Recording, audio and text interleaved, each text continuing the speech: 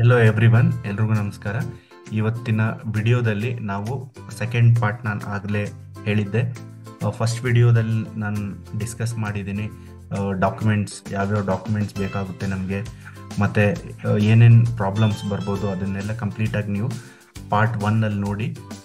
ಅದಾದಮೇಲೆ ಈ part two ವಿಡಿಯೋನ ನಾವು ಅಪ್ಲಿಕೇಶನ್ ಯಾವ ಥರ ಹಾಕೋದು, ಯಾವ ಥರ ನಾವು ಮಿಸ್ಟೇಕ್ಸ್ನ ಅವಾಯ್ಡ್ ಮಾಡೋದು ಅನ್ನೋದು ನಾನು ಇಲ್ಲಿ ಹೇಳ್ಕೊಡ್ತೀನಿ. ಆಯಿತಾ? ಸೊ ವೆರಿ ಇಂಪಾರ್ಟೆಂಟ್ಲಿ ಈ ಅಪ್ಲಿಕೇಶನ್ ಲಿಂಕ್ ಇದೆ ನೋಡಿ, ಇದನ್ನು ಕರೆಕ್ಟಾಗಿ ಹಾಕೋದು ಕಲೀರಿ. ಇದು ಹಾಕೋದು ವೆರಿ ಇಂಪಾರ್ಟೆಂಟ್. kpsc.online.gov.in. ಇದನ್ನ ವಿಡಿಯೋ ಡಿಸ್ಕ್ರಿಪ್ಷನ್ದಾಗ ಹಾಕಿರ್ತೀನಿ, ಅಲ್ಲಿಂದನೇ ನೀವು ಕಾಪಿ ಮಾಡಿಕೊಂಡು ಟ್ರೈ ಮಾಡಿ. ಆದಷ್ಟು ನೀವು ಅಪ್ಲಿಕೇಶನ್ನ ರಾತ್ರಿ ಹೊತ್ತು 11 PM onwards if you apply, that's good. Server busy ಇರಲ್ಲ and you can easily do complete the application. So ಈಗ first of all new application, new registration ಮಾಡೋರಿಗೆ ಇದು ನಾನು ಸ್ಟಾರ್ಟಿಂಗಿಂದಾನೇ ಹೇಳ್ತೀನಿ. ಸೊ ಇನ್ ಕೇಸ್ ನೀವು ಆಲ್ರೆಡಿ ಎಕ್ಸಾಮ್ಸ್ ಎಲ್ಲ ಬರೆದಿದ್ರೆ ಅವ್ರಿಗೇನು ಅವಶ್ಯಕತೆ ಇರಲ್ಲ, ಎಲ್ಲ ಗೊತ್ತಿರುತ್ತೆ.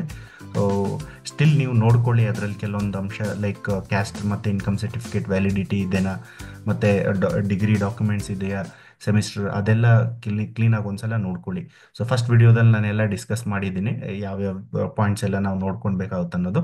ಸೊ ಫಸ್ಟ್ ಆಫ್ ಆಲ್ ಇಲ್ಲಿ ನಾವು ನ್ಯೂ ಅಪ್ಲಿಕೆಂಟ್ ಯೂಸರ್ ಇದರಲ್ಲಿ ನಾವು ಹೋಗೋಣ. ಸೊ ಇದನ್ನು ನಾವು ಕ್ಲಿಕ್ ಮಾಡಿದ ತಕ್ಷಣ ನಮಗೆ ವೆರಿಫಿಕೇಶನ್ ಅಂತ ಬರುತ್ತೆ. ಸೊ ಇಲ್ಲಿ ನಾವು ಹೊಸ ಮೊಬೈಲ್ ನಂಬರ್ ಕೊಡೋಣ ನಾವು. ಸೊ ಓಕೆ, ಮತ್ತೆ ನಾನು ತೋರಿಸ್ತೀನಿ. ಇದು ಮೊಬೈಲ್ ನಂಬರ್ ಎಂಟರ್ ಮಾಡಿ.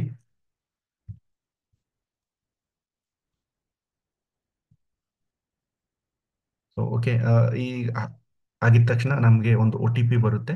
ಸೊ ಆ ಒ ಟಿ ಪಿನ ನಾವು ಎಂಟರ್ ಮಾಡಬೇಕಾಗುತ್ತೆ. ಸೊ ಇನ್ಬಾಕ್ಸಲ್ಲಿ ಚೆಕ್ ಮಾಡ್ಕೊಳ್ಳಿ.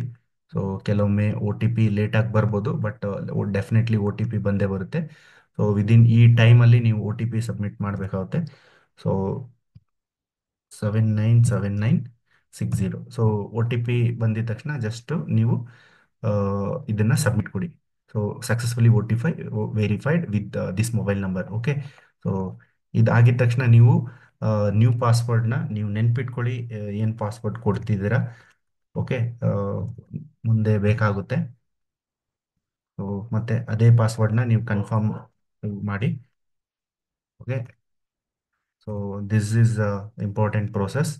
ಮತ್ತೆ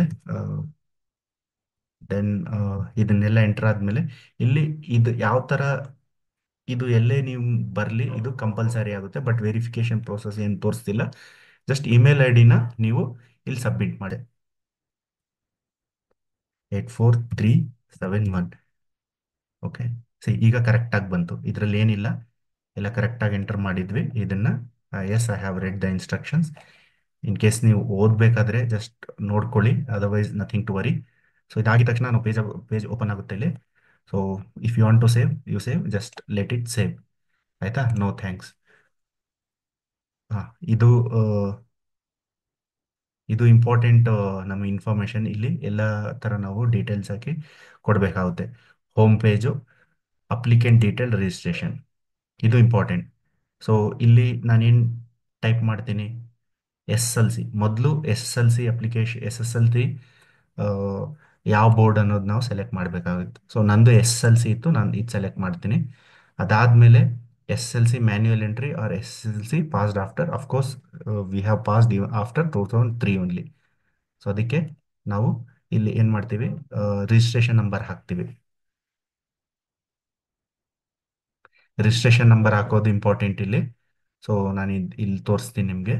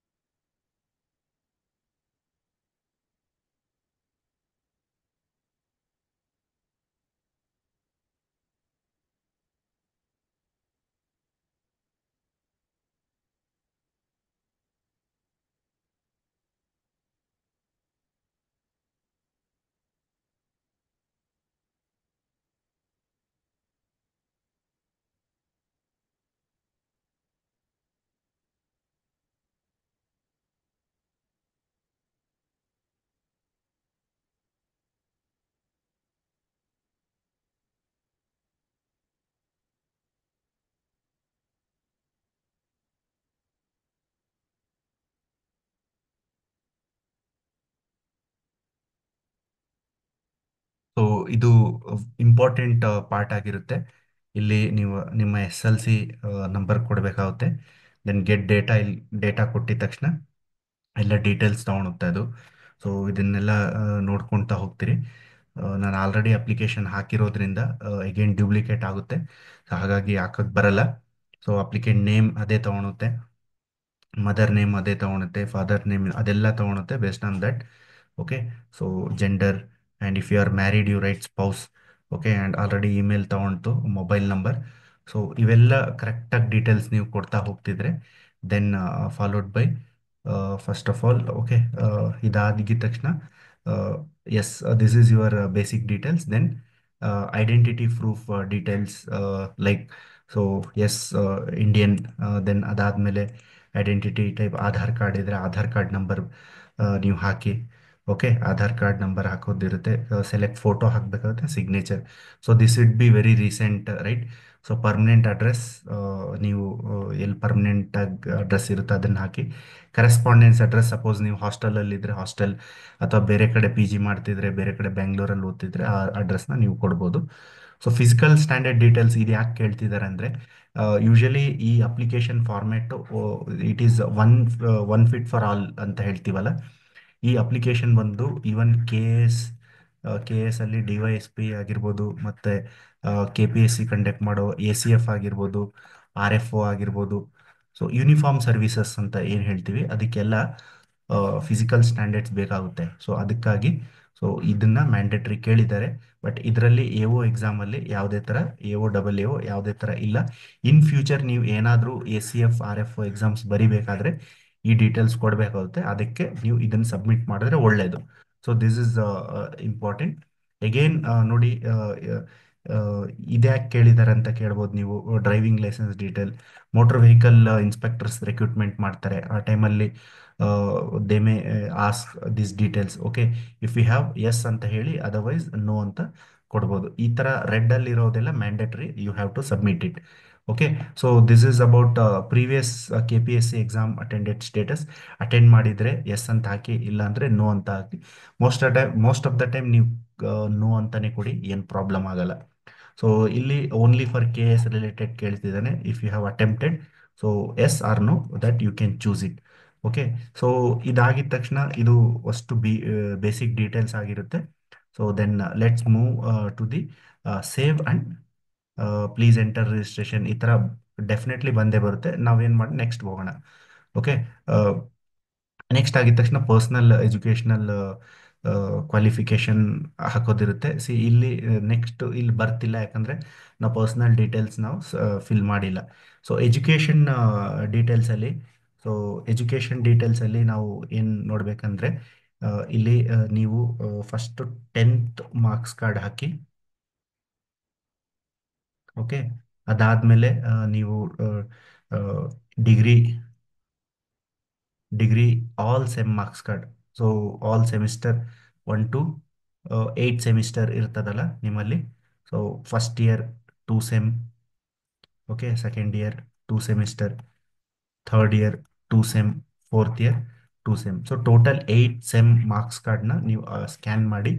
ಸೊ ಇಲ್ಲಿ ನೀವು ಒಂದೇ ಡಾಕ್ಯುಮೆಂಟ್ ತಗೊಳಲ್ಲ, ಹಾಗಾಗಿ ನೀವು ಫಸ್ಟ್ ಇಯರ್ದೊಂದು, ಸೆಕೆಂಡ್ ಇಯರ್ದೊಂದು, ಥರ್ಡ್ ಇಯರ್ದೊಂದು, ಫೋರ್ತ್ ಇಯರ್ ಒಂದು, ಈ ಥರ ಹಾಕ್ತಾ ಹೋಗ್ತೀರಿ. So that is very important. So ಒಂದೇ ಸಲ ಬಲ್ಕಿ ಹಾಕೋದ್ರಿಂದ ಕೆಲವೊಮ್ಮೆ ಫೈಲ್ ಅಪ್ಡೇಟ್ ಆಗಲ್ಲ, ಕರೆಕ್ಟ್ ಆಗುತ್ತೆ. ಸೊ ರಿಸರ್ವೇಷನ್ ಡೀಟೇಲ್ಸ್ ಬಂದಾಗ, ರಿಸರ್ವೇಷನಲ್ಲಿ suppose if you are claiming any reservation then you can upload RD number ಅಂತ ಬರುತ್ತೆ. RD ನಂಬರ್ ಹಾಕಿದ ತಕ್ಷಣ ನಿಮ್ದೆಲ್ಲ ಡೀಟೇಲ್ಸ್ ಅದು ತಗೊಳುತ್ತೆ. ಎಕ್ಸ್ಪೀರಿಯನ್ಸ್ ಡೀಟೇಲ್, ಸಪೋಸ್ ನೀವು ಪ್ರೈವೇಟಲ್ಲಿ ವರ್ಕ್ ಮಾಡ್ತಿದ್ರೆ ಯಾವುದೇ ಥರ ಎಕ್ಸ್ಪೀರಿಯನ್ಸ್ನ ಸಬ್ಮಿಟ್ ಮಾಡಕ್ಕೆ ಹೋಗಬೇಡಿ. So then this you can neglect it. Other details ಏನಿರಲ್ಲ, ಕಂಪಲ್ಸರಿ ಕಡ್ಡಾಯ ಕನ್ನಡ. ಇನ್ ಕೇಸ್ ನೀವು ಇಲ್ಲಿ ಕ್ವಾಲಿಫೈ ಆಗಿದ್ದೀರಾ ಅಂದರೆ you write the upload the certificate, and that's it. And there is no need to write again the exam. So this is a basic requirements. And of course you may have taken the valid points. If you have any queries, feel free to reach us. Thank you so much.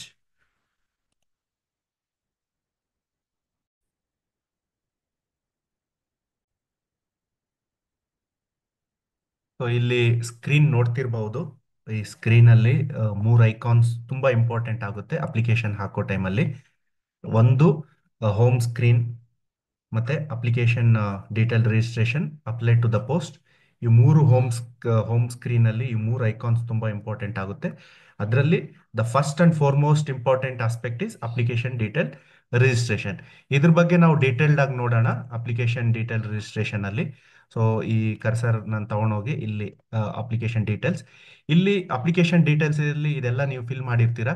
But ಎಲ್ಲಿ most probably chances ಇರುತ್ತೆ ಅಂದ್ರೆ, ತಪ್ಪು ಮಾಡೋ chances ಇರುತ್ತೆ ಅಂದ್ರೆ, so ಈ ಒಂದು education qualification ಇದೆ ನೋಡಿ, ಇಲ್ಲಿ ಆಲ್ಮೋಸ್ಟ್ ಮಿಸ್ಟೇಕ್ಸ್ ಮಾಡೋ ಚಾನ್ಸಸ್ ಇರುತ್ತೆ. ನಾನು ಇದು ಈ ಕಡೆ ಡೀಟೇಲ್ಡ್ ಆಗಿ ಹೇಳ್ತೀನಿ. ಮತ್ತೆ ರಿಸರ್ವೇಶನ್, ಈ ಎರಡು ಕಡೆ ನೀವು ಚಾನ್ಸಸ್ ಇರುತ್ತೆ ಮಿಸ್ಟೇಕ್ಸ್ ಮಾಡೋದು. ಅದಕ್ಕೆ ನಾವು ಮಿಸ್ಟೇಕ್ಸ್ನ ಅವಾಯ್ಡ್ ಮಾಡೋದಕ್ಕೆ ನಾನು ಇಲ್ಲಿ ವಿಡಿಯೋ ಮುಖಾಂತರ ನಿಮ್ಗೆ ತಿಳಿಸ್ತೀನಿ, ರೈಟ್.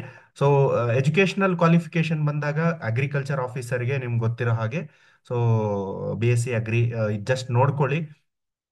ಇದರಲ್ಲಿ ತುಂಬಾ ಮುಖ್ಯವಾಗಿರೋದು ಎಜುಕೇಶನಲ್ ಕ್ವಾಲಿಫಿಕೇಶನ್ ಅಲ್ವಾ. ಸೊ ಜಸ್ಟ್ ಎಜುಕೇಶನಲ್ ಕ್ವಾಲಿಫಿಕೇಶನ್ ಮೇಲೆ ಒತ್ತಿದ ತಕ್ಷಣ ನೀವು ಲಾಸ್ಟ್ ಕಾಲಮ್ ಬರುತ್ತೆ ಇಲ್ಲಿ 10th PUC ಮತ್ತೆ ಡಿಗ್ರಿ ಇವು ಮೂರು ಸಬ್ಮಿಟ್ ಮಾಡಿರಬೇಕು. So please make A note of it. ಇಲ್ಲಿ ನೋಡಿ ಆಲ್ಮೋಸ್ಟ್ ಬಹಳ ಜನ ಇಲ್ಲಿ ಇದು ಮಾಡ್ತಾರೆ, ಮಿಸ್ಟೇಕ್ ಮಾಡ್ತಾರೆ. BSc ಅಗ್ರಿ ಅಂದಿದ ತಕ್ಷಣ ಇಲ್ಲಿ ಜಸ್ಟ್ ಒಂದ್ಸಲ ಎಡಿಟ್ ಮಾಡಿ, ಇನ್ ಕೇಸ್ ನೀವು ಇಲ್ಲಿ ಡೀಟೇಲ್ ಫಿಲ್ ಮಾಡಿಲ್ಲ ಅಂದ್ರೆ, ಸೊ ನಾನು ಆಲ್ರೆಡಿ ಫಿಲ್ ಮಾಡಿರೋದ್ರಿಂದ ಇದೆಲ್ಲ ತೋರಿಸ್ತಿದೆ. ಸೊ ಇಲ್ಲಿ ನೋಡಿ graduation qualification type graduation, registration number ಬರೀರಿ, ಸ್ಟೇಟು ಮತ್ತೆ ಯಾವ ಕೋರ್ಸು. ಇಲ್ಲಿ ನೀವು BSc ಅಗ್ರಿಕಲ್ಚರ್ ಅಂತಾನೆ ಚೂಸ್ ಮಾಡಿ. ಇದಾದ್ಮೇಲೆ ಇಲ್ಲಿ BSc ಅಗ್ರಿಕಲ್ಚರ್, BSc ಬಯೋಟೆಕ್ ಈ ತರ ಇದ್ರೆ ಅದನ್ನ ನೀವು ಸೆಲೆಕ್ಟ್ ಮಾಡಿ. ಓಕೆ, ನಾನು BSc ಅಗ್ರಿಕಲ್ಚರ್ ಇರೋದ್ರಿಂದ ನಾನು BSc ಅಗ್ರಿಕಲ್ಚರ್ ಕೊಡ್ತೀನಿ. ಮತ್ತೆ ಇದು CGPA ಎಲ್ಲ ಎಂಟರ್ ಮಾಡ್ತೀರಾ. ಮತ್ತೆ ಇಲ್ಲಿ ನೀವು ಎಲ್ಲ ಸೆಮಿಸ್ಟರ್ ಕಾರ್ಡ್ನ ನೀವು ಫೈಲ್ಸ್ನ ಇಲ್ಲಿ ಅಪ್ಲೋಡ್ ಮಾಡಬೇಕಾಗುತ್ತೆ. So this is very important. Okay, ಇಲ್ಲಿ ನೀವು ನಿಮ್ಮ ಸೆಮಿಸ್ಟರ್ 8th ಸೆಮಿಸ್ಟರ್ ಎಲ್ಲ ಇಲ್ಲಿ ಅಪ್ಲೋಡ್ ಮಾಡಿ. ಮತ್ತೆ PDC ಅಥವಾ PDC and convocation certificate. So convocation certificate ಇಲ್ಲ ಅಂದ್ರೂ no issue, but PDC all semester cards are mandatory. So ಇದಾಗಿದ ತಕ್ಷಣ ನೀವು ಇದನ್ನ ಅಪ್ಡೇಟ್ ಅಂತ ಕೊಡ್ತೀರಾ, ಆಯ್ತಾ. So just give update, right. So ಇದೊಂದು. ಮತ್ತೆ ಇದ್ರಲ್ಲಿ ರಿಸರ್ವೇಶನ್ ಕ್ಲೈಮ್ ಮಾಡ್ತಿದ್ರೆ ಇದನ್ನ ಒಂದ್ಸಲ ನೋಡ್ಕೊಳ್ಳಿ. ರಿಸರ್ವೇಶನ್ ಅಲ್ಲಿ ಆದಷ್ಟು ಏನಾಗಿರುತ್ತೆ ಅಂದ್ರೆ, ಆಲ್ರೆಡಿ ನಾವು ಅಪ್ಲಿಕೇಶನ್ ಹಾಕಿರ್ತೀನಿ. ನನ್ನ ಕೇಸಲ್ಲಿ ನೋಡಿ ಇದು ಎಕ್ಸ್ಪೈರ್ ಆಗಿದೆ. ಸೊ ಥಿಂಕಿಂಗ್ ದಟ್ ಇದು ಒಂದು ವ್ಯಾಲಿಡ್ ಇರುತ್ತೆ, ನಾನು ಅಪ್ಲಿಕೇಶನ್ ಹಾಕೋದಷ್ಟೇ ಅಂತ ಅನ್ಕೊಂಡು ಇದಿರ್ತೀನಿ. ಬಟ್ ಆ ತರ ಬರಲ್ಲ ನೋಡಿ, ವ್ಯಾಲಿಡಿಟಿ ಮುಗ್ದಿದೆ ಇದಕ್ಕೆ. ಓಕೆ, ಜುಲೈಯಲ್ಲೇ ಮುಗ್ದಿದೆ. ಸೊ ಇದನ್ನ ನಾನು ಅಪ್ಲಿಕೇಶನ್ ಅಲ್ಲಿ ಸಬ್ಮಿಟ್ ಮಾಡಿದ್ರೆ ವೆರಿಫಿಕೇಶನ್ ಟೈಮಲ್ಲಿ ನನಗೆ ಪ್ರಾಬ್ಲಮ್ ಕ್ರಿಯೇಟ್ ಆಗುತ್ತೆ. ಅಂದ್ರೆ ನನಗೆ ರಿಸರ್ವೇಶನ್ ಅಲ್ಲಿ ಸೀಟ್ ಸಿಗಲ್ಲ. ಅದಕ್ಕೋಸ್ಕರ ನಾನು ಇದನ್ನ ರಿನ್ಯೂ ಮಾಡಿಕೊಂಡು ಮತ್ತೆ ಅಪ್ಲಿಕೇಶನ್ ಹಾಕಬೇಕು. ಇದನ್ನ ಎಲ್ಲರೂ ಅಷ್ಟೇ ಕಾಮನ್ ಆಗಿ ನೋಡ್ಕೊಳ್ಳಿ. So this is very important. ಈ 2 points are very very important in this whole application process it self. Okay, ಮತ್ತೆ ಈಗ ಸರ್ ಪ್ರಿಫರೆನ್ಸಸ್ ಯಾವ ತರ ಕೊಡೋದು ಅಂತ ಬಹಳಷ್ಟು ಜನ ಕೇಳ್ತಿದ್ರು. ಇದಾದ್ಮೇಲೆ ಎಕ್ಸ್ಪೀರಿಯನ್ಸ್ ಡೀಟೇಲ್ಸ್ ಇದ್ರೆ ಫಿಲ್ ಮಾಡಿ, ಇಲ್ಲ ಅಂದ್ರೆ ನೋ ಇಶ್ಯೂ. ಸೊ ದೆನ್ ಇದಾದ್ಮೇಲೆ apply to the post. So apply to the post ಅಲ್ಲಿ ಬಂದಾಗ, ಸಪೋಸ್ ನಾನು ಅಲ್ಲಿ ಆಲ್ರೆಡಿ ಅಪ್ಲಿಕೇಶನ್ ಡೀಟೇಲ್ಸ್ ಅಲ್ಲಿ HK ಫಿಲ್ ಮಾಡಿರ್ತೀನಿ. ಸೊ ನಂದು HK. ಓಕೆ, HK ರೀಜನ್ ದವ್ರಿಗೆ 2 ಸಲ ಅಪ್ಲಿಕೇಶನ್ ಸೆಪರೇಟ್ ಆಗಿ ಆಗ್ಬೇಕು. You have to apply application 2 times for HK region. HK ದವ್ರಿಗೆ HK ಅಪ್ಲಿಕೇಶನ್ ಒಂದು 2 ಸಲ ಅಪ್ಲೈ ಮಾಡ್ಬೇಕು. But whereas RPC residential parent card HK ದವ್ರಿಗೆ ಒಂದೇ ಅಪ್ಲಿಕೇಶನ್ ಇರುತ್ತೆ. ಇದರಲ್ಲೇ AO ಅಥವಾ ಮತ್ತೆ AO ಎರಡು ಇರುತ್ತೆ. This is very important. RPC HK ಇದ್ದವರಿಗೆ ಒಂದೇ ಅಪ್ಲಿಕೇಶನ್, HK ಬಂದ್ರೆ ಅವರಿಗೆ ಒಂದೇ ಅದರಲ್ಲಿ AO ಬಟ್ ಬೇರೆ HK ಅಪ್ಲಿಕೇಶನ್ ಅವ್ರಿಗೆ HK ಒಂದ್ಸಲ HK ಒಂದು ಅಪ್ಲಿಕೇಶನ್ ಅದಾಗಿದ ತಕ್ಷಣ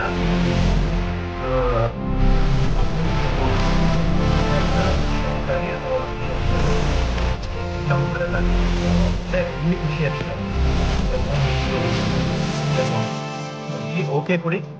ಇದಾಗಿದ ತಕ್ಷಣ ನಾವು ನೋಡೋಣ ಏನ್ ಬರುತ್ತೆ. ಲೋಡಿಂಗ್ ಆಗ್ತಿದೆ. ಆದಷ್ಟು ನೀವು ಅಪ್ಲಿಕೇಶನ್ ರಾತ್ರಿ ಅಥವಾ 11 o'clock ಆ ತರ ಹಾಕಿ, ಸೊ ದಟ್ ಯಾವುದೇ ತರ ಸಮಸ್ಯೆ ಉಂಟಾಗಲ್ಲ. ನೀವು ನೋಡಿ ಪ್ರೆಫರೆನ್ಸಸ್ ಯಾವ ತರ ಕೊಡಬೇಕು ಅಂತ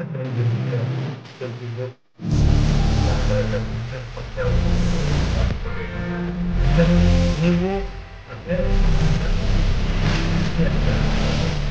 ಡಬಲ್ ಏನು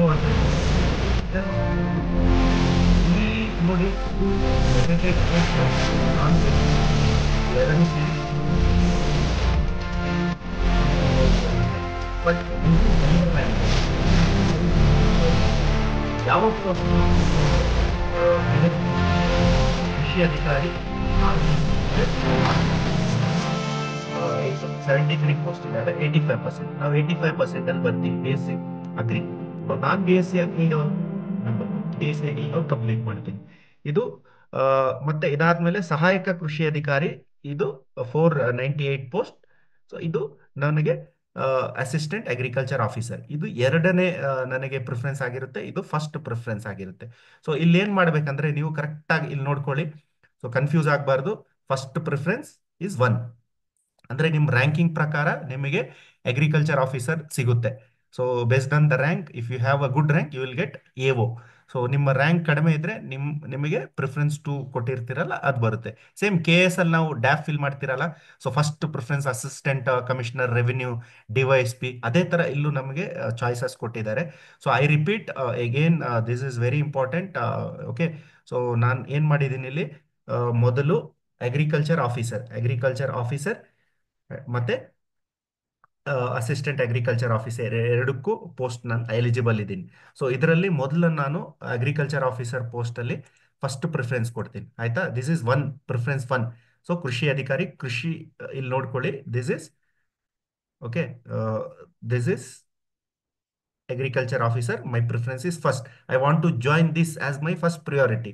And second priority is assistant agriculture officer, double AO, as my second priority. So ಇಲ್ಲಿ ನಾನು ಏನ್ ಮಾಡ್ತೀನಿ, ಇಲ್ಲಿ ಸೆಕೆಂಡ್ ಪ್ರಿಫರೆನ್ಸ್ ಕೊಡ್ತೀನಿ. So this is clear I think. 1 2 ಇಲ್ಲಿ ಬ್ಲೂ ಟಿಕ್ ಅಲ್ಲಿ ಇದ್ ಮಾಡ್ಕೊಳ್ಳಿ. ಸೊ ಇಷ್ಟಾಗಿದ ತಕ್ಷಣ ನೀವೇನ್ ಮಾಡಿ, ಸೊ ಇದು ಒಂದ್ಸಲ ಇನ್ನೊಮ್ಮೆ ಕ್ಲಿಯರ್ ಆಗಿ ನೋಡ್ಕೊಂಡು ಇಲ್ಲಿ ಬನ್ನಿ. ಓಕೆ, ಇಲ್ಲಿ ಬಂದಿದ ತಕ್ಷಣ ಸಹಾಯಕ ಕೃಷಿ ಅಧಿಕಾರಿ ಮತ್ತೆ ಕೃಷಿ ಅಧಿಕಾರಿ ಎರಡಕ್ಕೂ ಒಂದೇ ಫೀಸು, 300 ರೂಪಾಯಿ. ಸೊ ನೀವು ಸಬ್ಮಿಟ್ ಕೊಡಿ. ಸಬ್ಮಿಟ್ ಆಗಿದ ತಕ್ಷಣ ಇಲ್ಲಿ ಅಪ್ಲಿಕೇಶನ್ ಎಲ್ಲ ಡೀಟೇಲ್ಸ್ ನೀವು ಒಂದ್ಸಲ ಚೆಕ್ ಮಾಡ್ಕೊಳ್ಳಿ, ಎಲ್ಲ ಕರೆಕ್ಟ್ ಆಗಿದೆ ಅಂತ, ಮತ್ತೆ ಕನ್ಫರ್ಮ್ ಅಂಡ್ ಪೇ ಮಾಡೋದಿರುತ್ತೆ ಅಷ್ಟೇ. ಸೊ ಇಷ್ಟು ಡೀಟೇಲ್ಸ್ ನೀವು ಅಪ್ಲಿಕೇಶನ್ ಫಿಲ್ ಮಾಡೋ ಟೈಮಲ್ಲಿ ನೀವು ಮಾಡಬೇಕಾಗುತ್ತೆ. ಯಾವುದೇ ತರ ಹರಿಬರಿ ಮಾಡ್ಕೊಂಡು ಮಿಸ್ಟೇಕ್ಸ್ ಎಲ್ಲ ಮಾಡ್ಕೊಂಡ್ಬೇಡಿ. So I guess I hope you got all the points whatever I wanted to say here.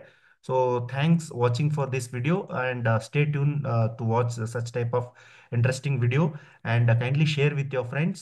Hope it was benefited you, and I hope you'll start your preparation seriously. Thank you so much. All the best.